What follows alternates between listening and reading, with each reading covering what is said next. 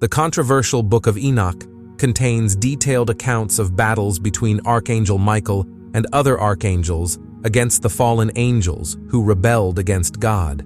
This conflict, rooted in loyalty and betrayal, shows the good forces fighting to keep the universe in balance. A significant part of this battle raises questions about what exactly Archangel Michael and the other angels did to the fallen angels. Who won the battle?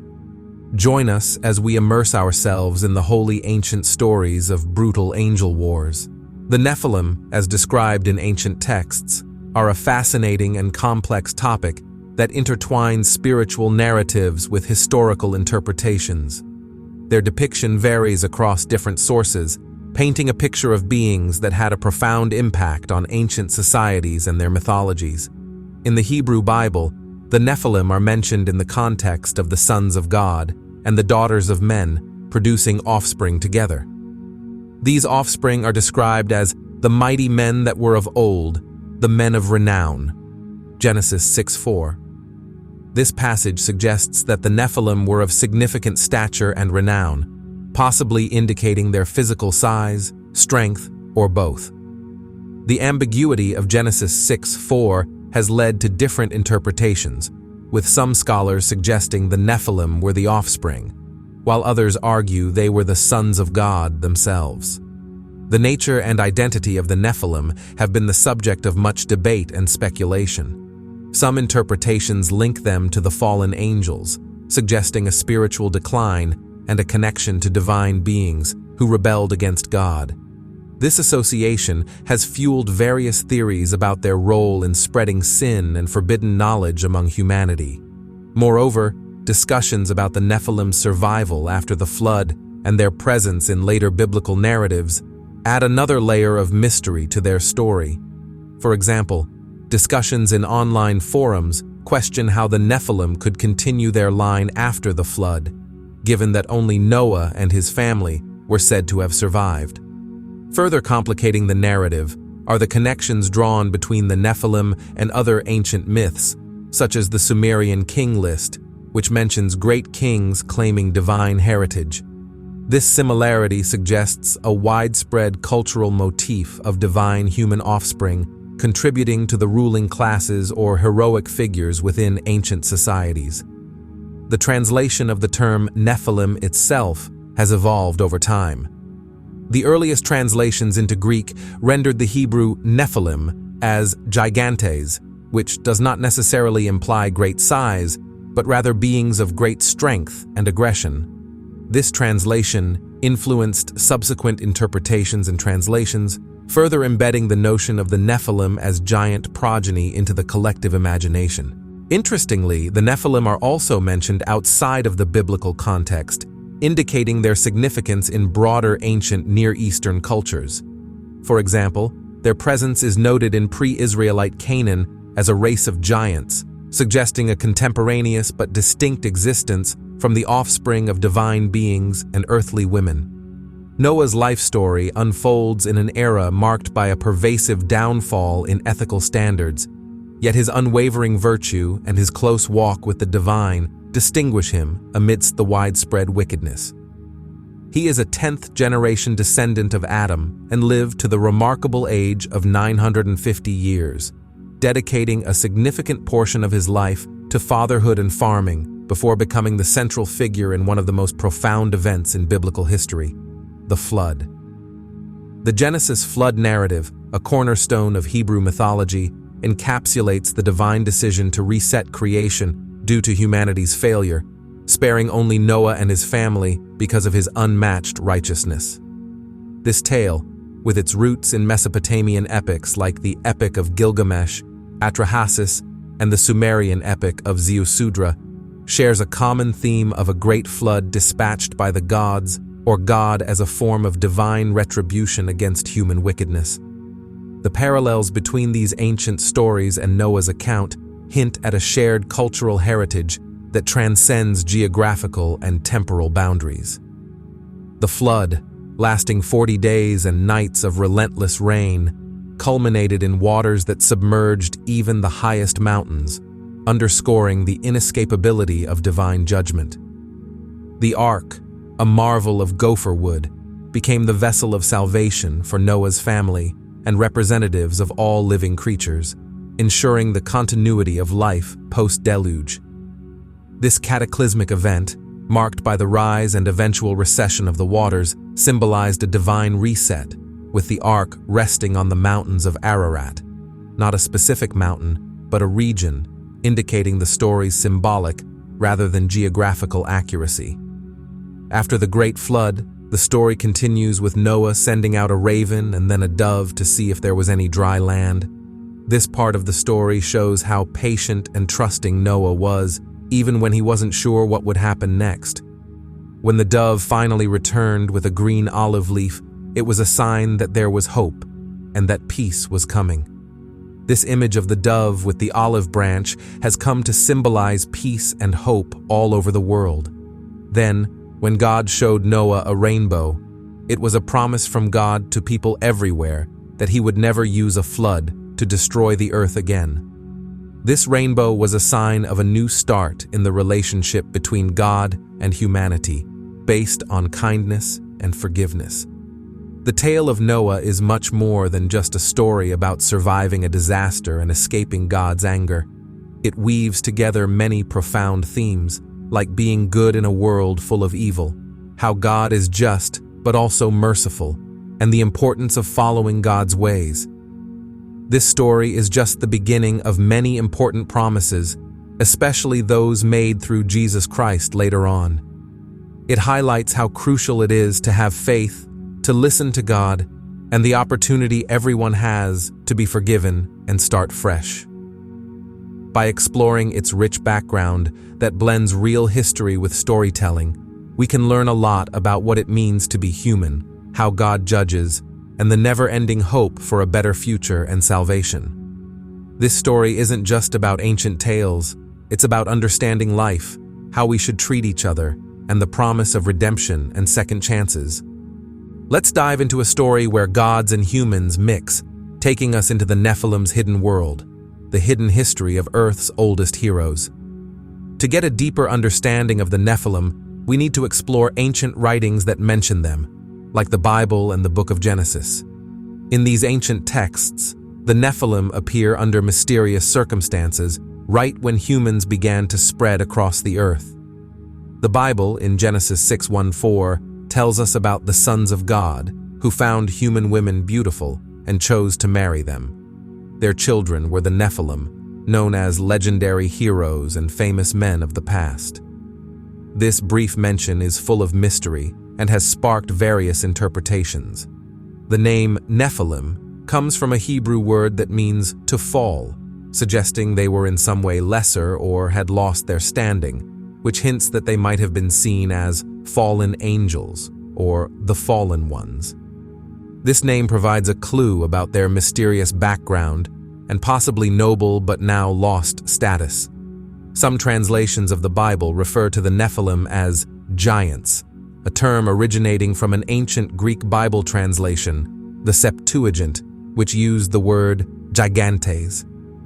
This has led people to imagine the Nephilim as huge, towering figures. Their story isn't just found in the Hebrew Bible, but also in other ancient writings and traditions. For instance, the Book of Enoch, an ancient Jewish text not included in the Standard Bible, provides more detail about the Nephilim. It describes how angelic beings called Watchers came down to earth, had children with human women, and these children were the Nephilim.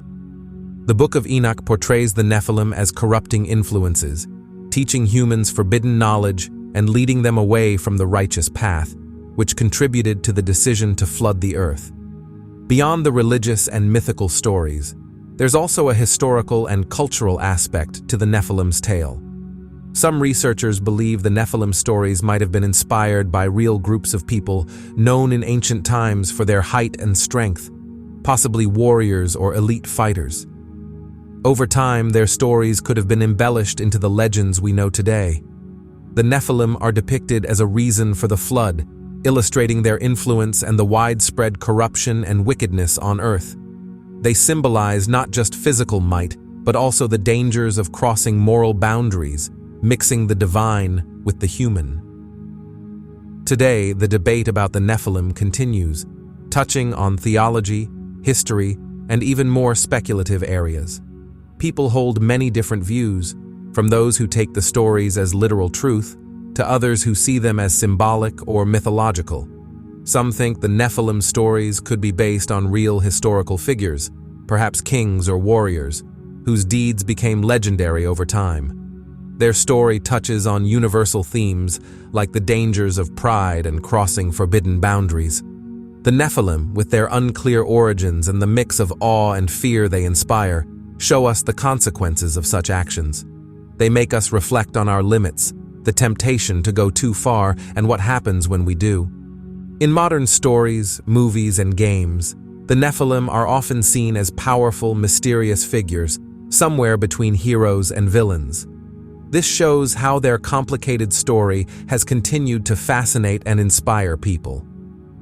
Looking at the Nephilim story from both mythic and historical angles offers a rich field for exploration. It connects to our interest in the beginnings of evil, the nature of power, and what it means to be human in a world where the divine and monstrous can meet. Thus, the Nephilim remain an intriguing topic for both study and imagination, showing the lasting power of ancient stories to make us think and dream. Digging into the Nephilim's background, we find them at the crossroads of divine and human origins. They're seen as the children of the sons of God and daughters of men, a mix of divine and human that made them stand out. Often thought of as giants due to their great size and strength, the Hebrew word Nephilim actually highlights their fallen status more than their physical size. This interest in the Nephilim spans various interpretations and cultures, from old myths to current discussions. For example, the book of Genesis describes them during the pre-flood times as heroes of old, warriors of renown, suggesting they were not just big, but also significant in old stories and societies. Their mysterious fate, especially after the flood, adds to their intrigue and the variety of thoughts on their true nature and legacy. Links between the Nephilim, Anakites, and Rephaites, ancient tribes known for their size and strength, blend biblical stories with historical and cultural lore. Debates about their real existence and meaning reach into other biblical sections, where Nephilim describes mighty warriors or fallen heroes, reflecting their broader mythological and cultural importance beyond the Bible. The choice to call the Nephilim giants in some translations traces back to the Septuagint, the ancient Greek Bible version, reflecting the translator's aim to show the Nephilim's formidable nature. This aligned them with the giants of Greek mythology, known for their strength and aggression, a connection that later translations and Christian tradition kept. Views on the Nephilim's origins and roles vary, from symbols of moral decline to ties with broader mythological traditions, like those of the Sumerians, Babylonians, Persians, and Assyrians. Some see the Nephilim as key figures in these ancient cultures, influencing creation myths and theological stories. Additional writings, like the Book of Enoch and historian Josephus's works, give more insight into the Nephilim as powerful beings born from divine and human unions. These texts add to the complex web of myths, legends, and interpretations about the Nephilim, showing our long-standing fascination with these ancient, mysterious figures.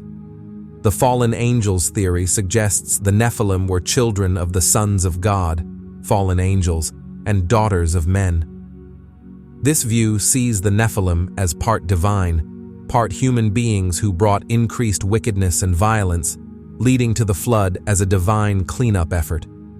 The Sethite theory provides a less supernatural explanation, seeing the Nephilim as offspring of Seth's descendants, seen as righteous, and Cain's, known for sin. This mix led to moral decline, with the Nephilim seen as people who strayed from God's favor, contributing to the era's growing wickedness. Now we're going to learn about powerful beings and climb to a place where secrets of gods among us are revealed. Spirit guards of the hidden boundary. In Jewish mysticism, angels play a multifaceted role as divine messengers and intermediaries between God and humanity. These celestial beings are categorized into various groups, each with distinct functions and attributes, reflecting the complexity and depth of Jewish theological thought.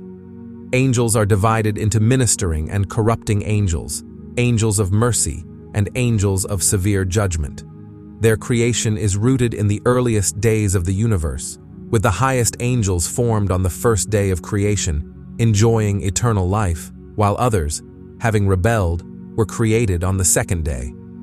These beings, composed of fire and water, or the four heavenly elements, mercy, strength, beauty, and dominion, mirror the earthly elements of water, fire, earth, and air.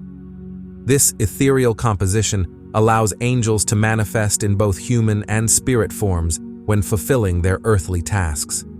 They embody the spiritual powers and divine light, making them integral elements of the heavenly throne and participants in the celestial hymns of praise to God.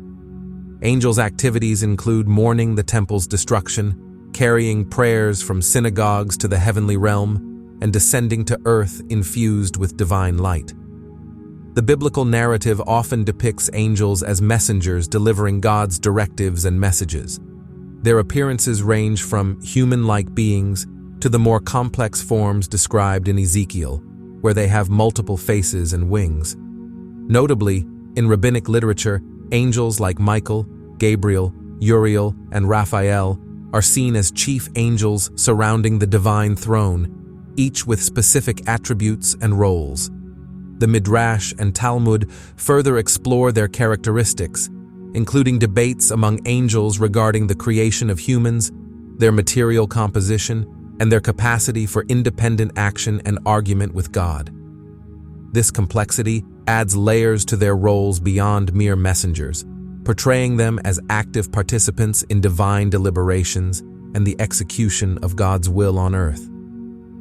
Among the archangels, Uriel stands out as the angel of wisdom, guiding intellectual pursuits and sacred knowledge.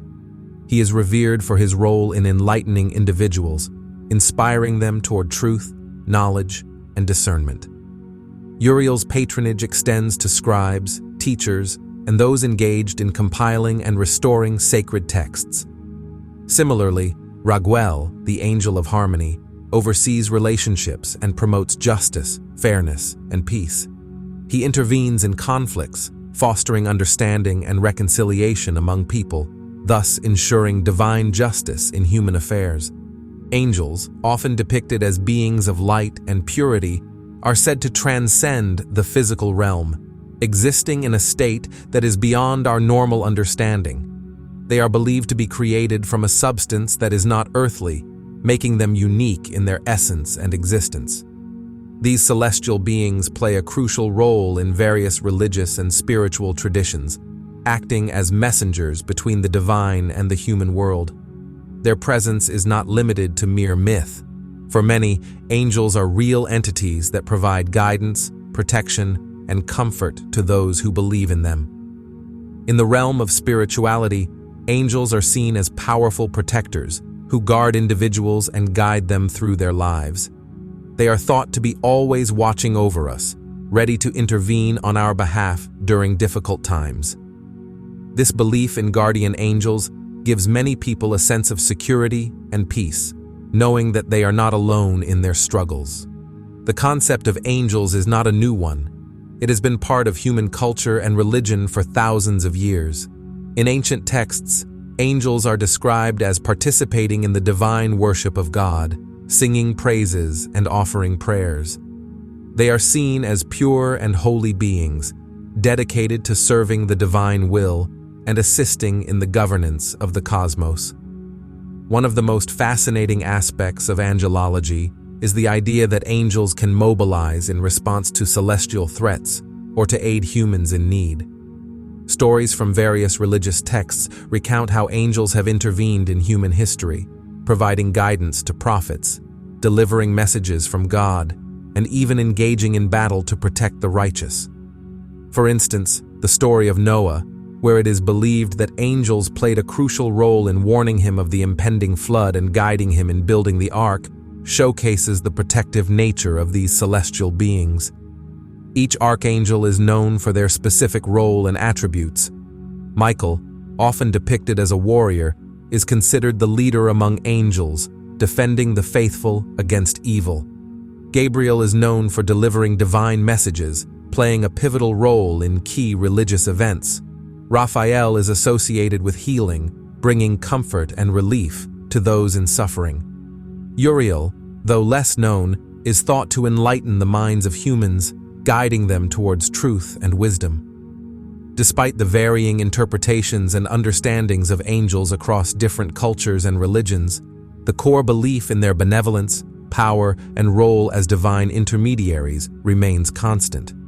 They symbolize hope, embody faith, and serve as a reminder of the spiritual dimensions that many believe exist beyond our physical world.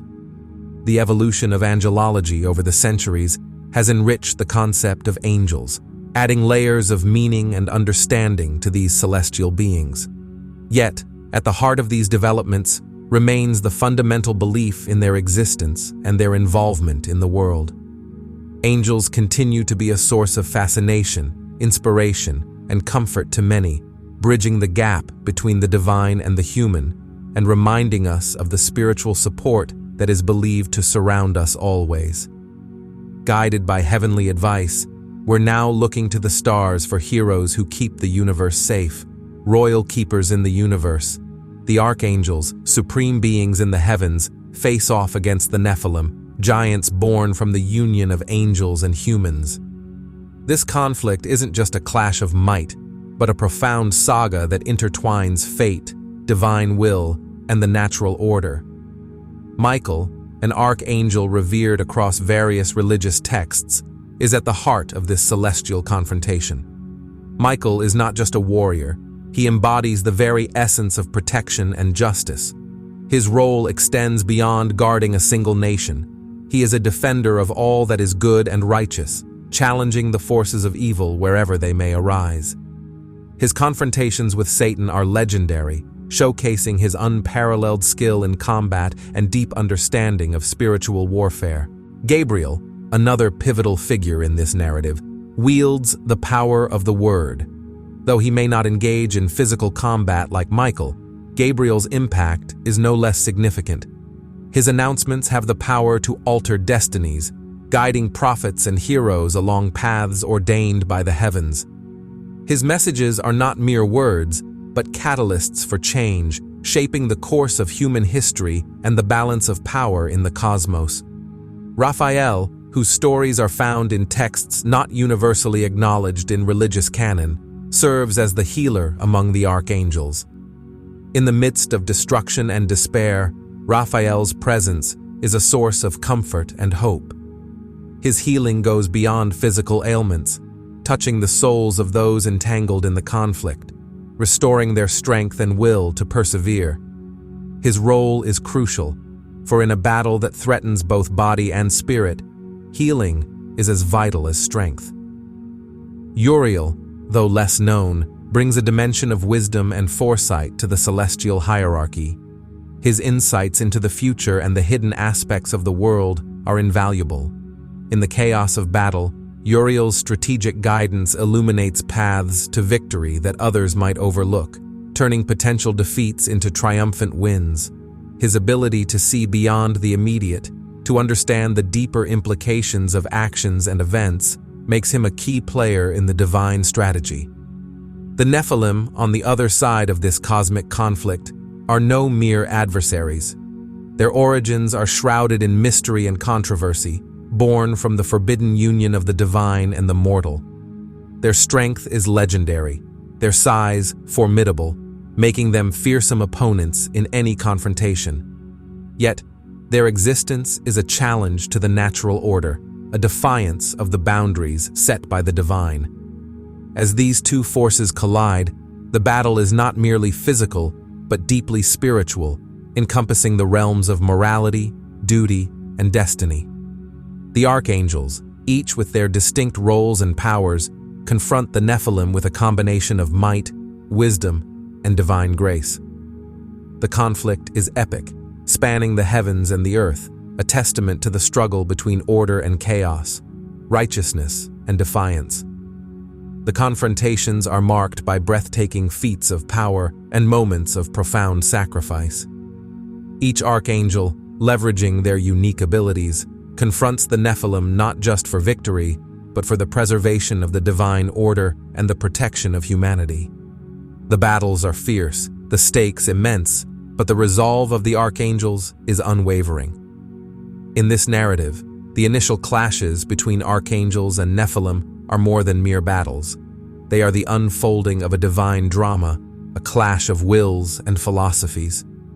The archangels, as embodiments of divine attributes, fight not just for supremacy, but for the very principles they represent. Michael's courage, Gabriel's messages, Raphael's healing, and Uriel's wisdom blend into a formidable force, illustrating the multifaceted nature of the divine and the complexity of their mission. Integrating more detailed information into the text about the battlefield, where Michael leads with his fiery sword, Gabriel with his trumpeting blasts, Raphael weaving through ranks to heal and protect, and Uriel offering insights and strategies, we expand on the roles and attributes of these celestial beings based on various traditions.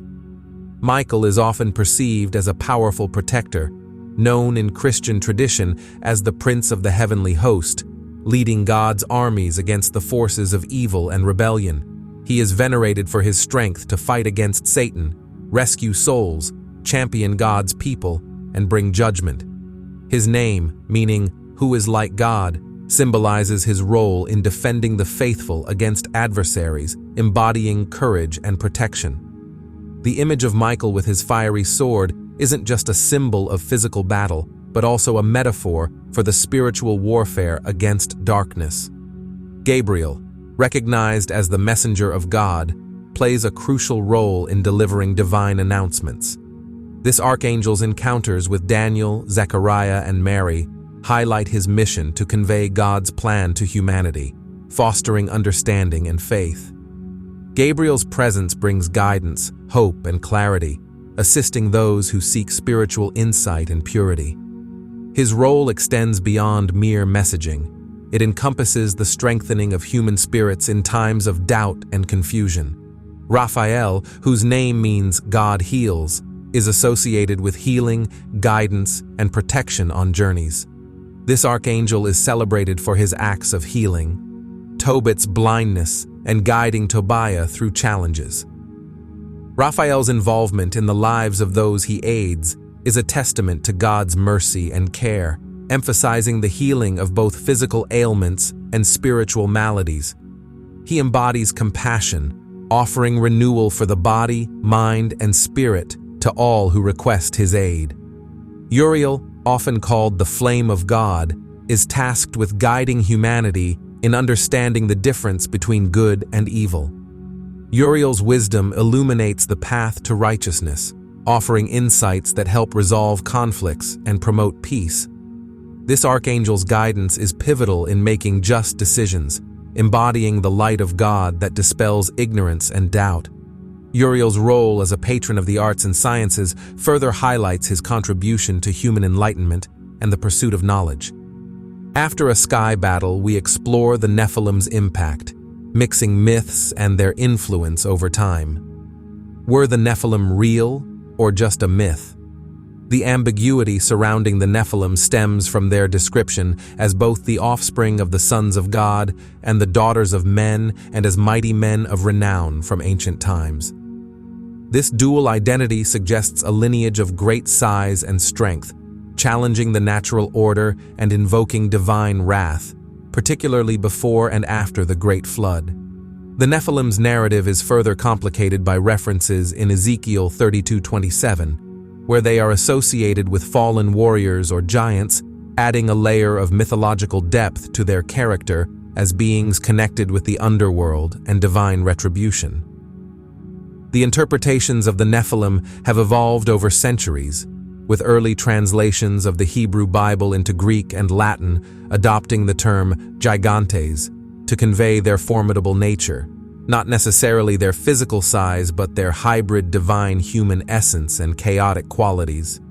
This translation reflects the Nephilim's ambiguous identity, drawing parallels with the gigantes of Greek mythology, beings born from the earth with a rebellious nature against the divine order. Various theories have been proposed to explain the origins of the Nephilim, ranging from them being the offspring of angels and humans to descendants of Seth, or even fallen men themselves. These theories highlight the complexity of the Nephilim's narrative, suggesting a rich blend of mythology, theology, and ancient history that has captivated scholars and theologians across different cultures and eras. The Sethite view, for example, posits the sons of God as the righteous line of Seth, who intermarried with the daughters of men, leading to a lineage that fell away from divine favor. The Nephilim, as described in biblical texts, were extraordinary beings born from the union of the sons of God and the daughters of men. These beings are characterized by their great size and strength, often associated with the giants of ancient lore. The presence of Nephilim and their influence in pre-flood times are significant in the narratives of Noah and the flood, symbolizing the depth of earthly corruption and the necessity for divine intervention. The story of Noah, amidst this backdrop of chaos brought about by the Nephilim, showcases the resilience of human faith and the hope for renewal. Noah and his family's survival through the flood is a testament to their righteousness and God's mercy, emphasizing the possibility of a new beginning even in the darkest times. This narrative not only illustrates the consequences of wickedness, but also the enduring power of faith. Scholars have different interpretations regarding the identity of the Nephilim. Some view them as the offspring of fallen angels who mated with human women, based on interpretations of biblical texts and ancient Jewish literature like the Book of Enoch. This view suggests that the Nephilim were part divine, part human hybrids, known for their formidable size and strength. Another perspective, the Sethite theory, proposes that the Nephilim were born from the union of the descendants of Seth, the righteous line, and the daughters of Cain, considered the ungodly line, symbolizing a degradation of moral purity through these unions. Do you think the Nephilim were actual giants or just made-up stories? Tell us your thoughts, hit that like button, and don't forget to subscribe for more.